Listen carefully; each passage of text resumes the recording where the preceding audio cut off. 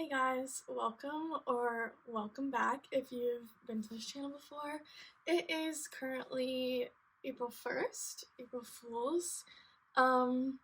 So hopefully this video will be up by April 3rd. But this is gonna be sort of my March recap, everything I've read this month, which for the first time since January, this month honestly felt like it went really slow. And yeah, it's just weird because I feel like I'm looking at my little stack right now because I had a lot of online books this year, but I feel like the first book I'm going to talk about I read so long ago that I don't even remember what I read, if I'm quite honest. Yeah, that's not good. But anyways, I read 8.5 books. We'll get into the half later, but yeah, let's get into it, shall we? First book I read, finally finished the Throne of Glass series. I finished Kingdom of Ash, which is crazy. This is a thicky book. She is thick. She is fantastic though. Oh my god, I did not want to put this book down. Took obviously a couple of days, look how big this is, but 5-star read.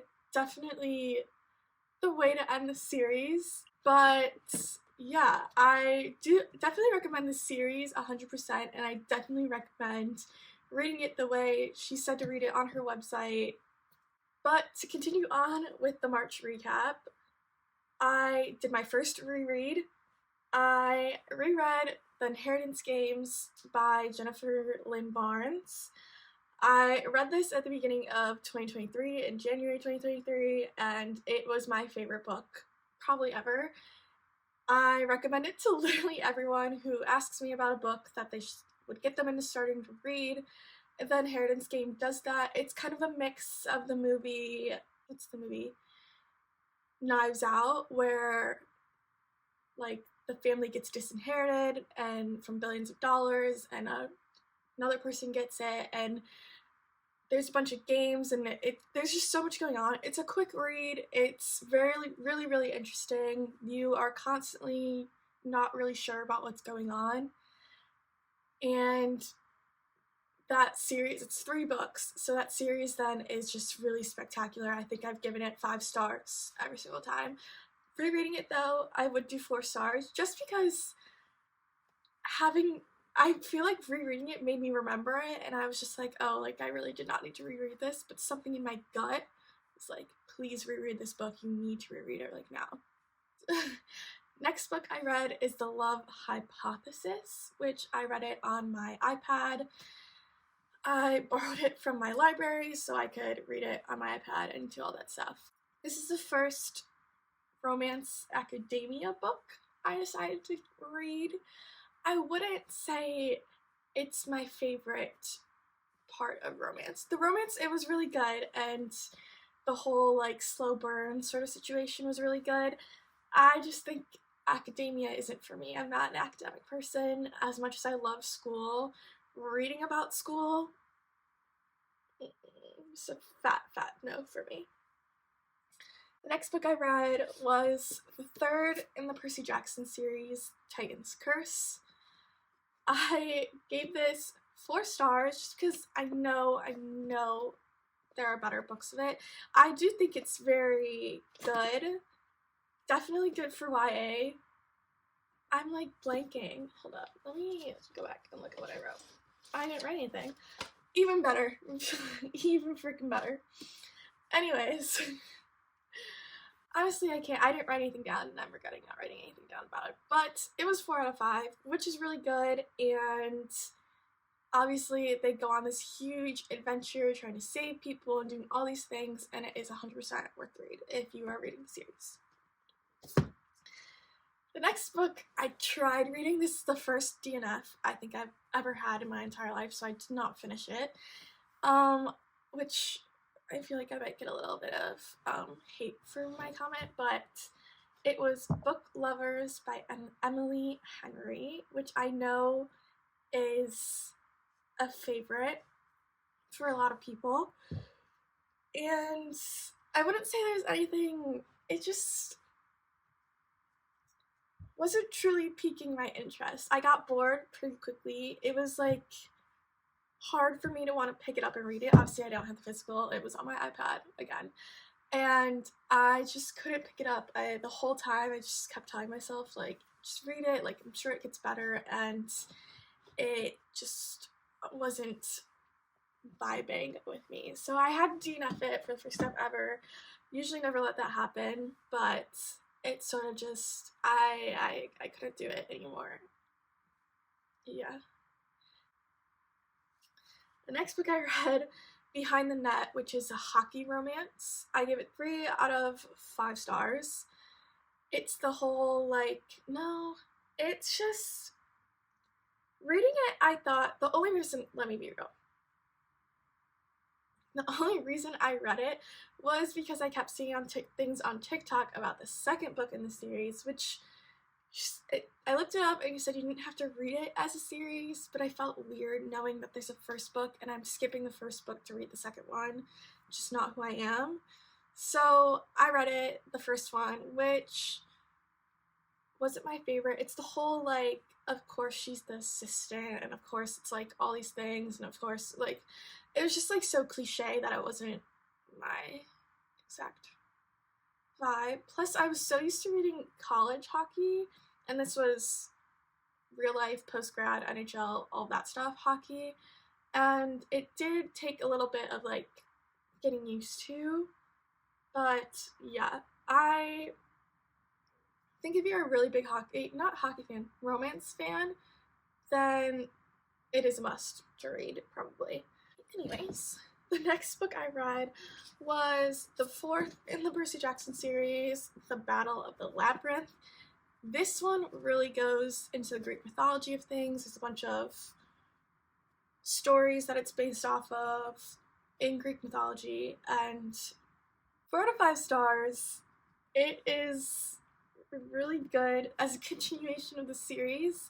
You can like, I love when there's like subplot of romance, which there is, and you sort of can feel the tension between the two characters and stuff, which you can definitely feel in this, as well as the prophecies that they have. So before they go on a quest, which every book they go on some quest, they get a prophecy, and the prophecies are absolutely insane and impossible to understand, and they have like could have 5 different meanings, and the whole time they're basically trying to figure out what these meanings could be, and it's a whole thing, and they're trying to save people, and they're trying to beat their enemy to get something, and it's just a whole shebang. The whole shebang is in here, and it's all leading up to this next book that I have, which is The Last Olympian.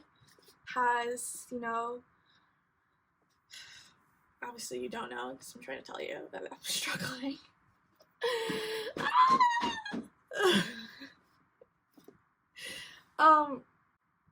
Anyways, let's just go back, shall we?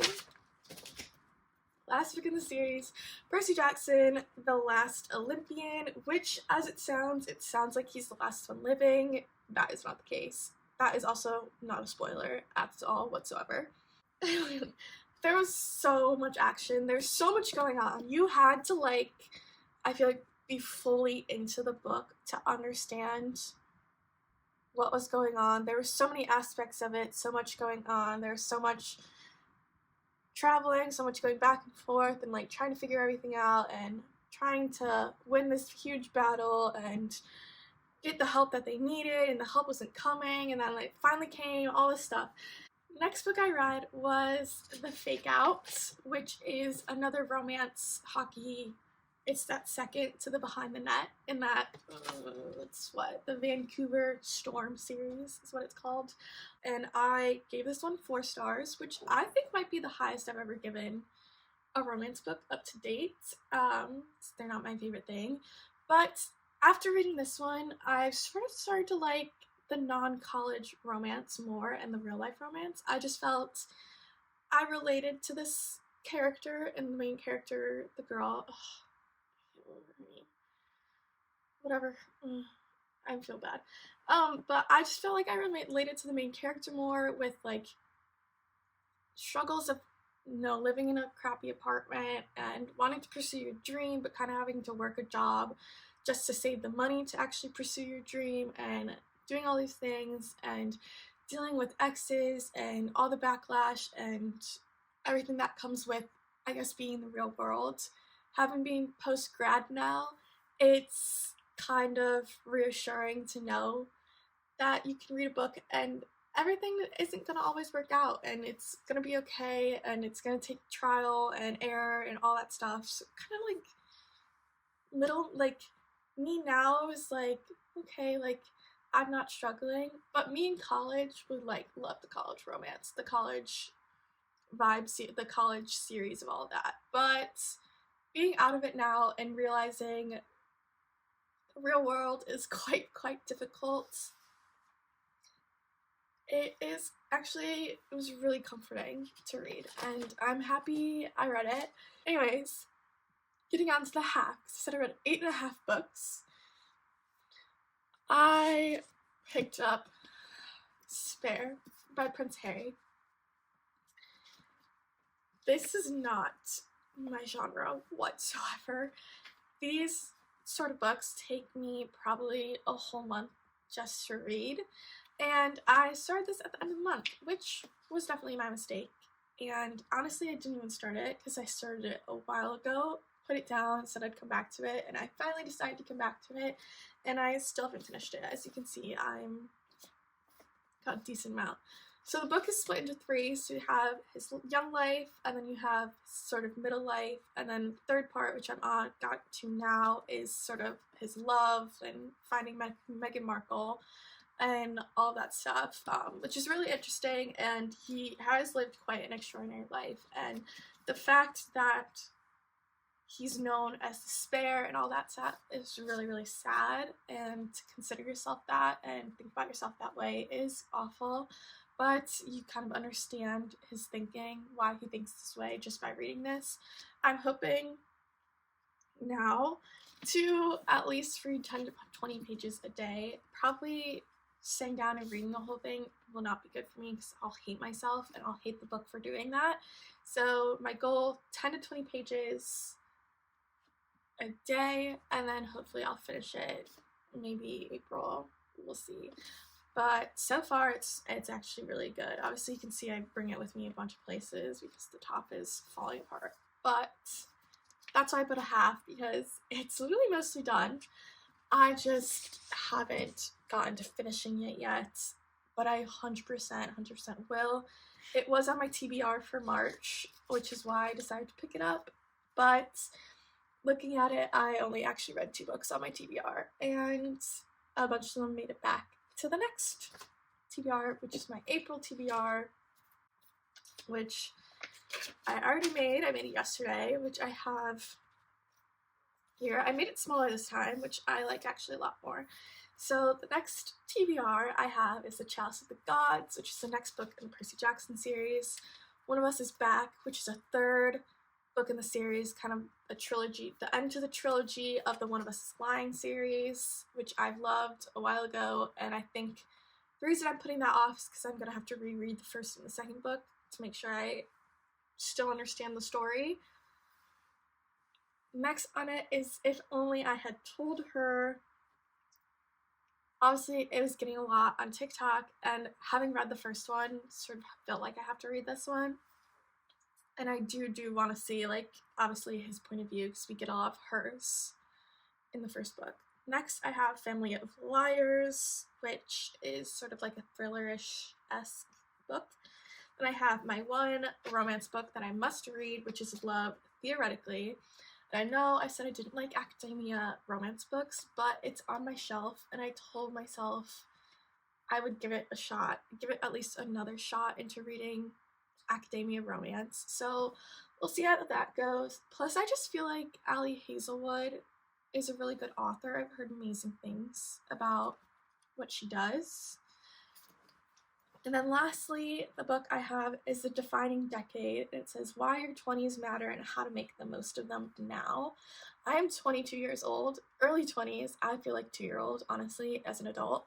And I feel like I just want to read this book to sort of get an understanding that it's okay with what I'm doing in my life right now, and sort of just know where to go from there.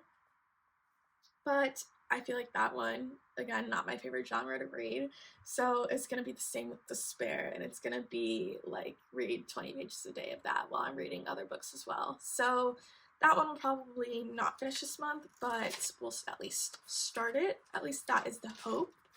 Anyways, thanks for watching. I hope you like this video, and if you like it, please like the video, and maybe subscribe if you want more of this content, because yeah, I'm just trying here. And yeah, thanks.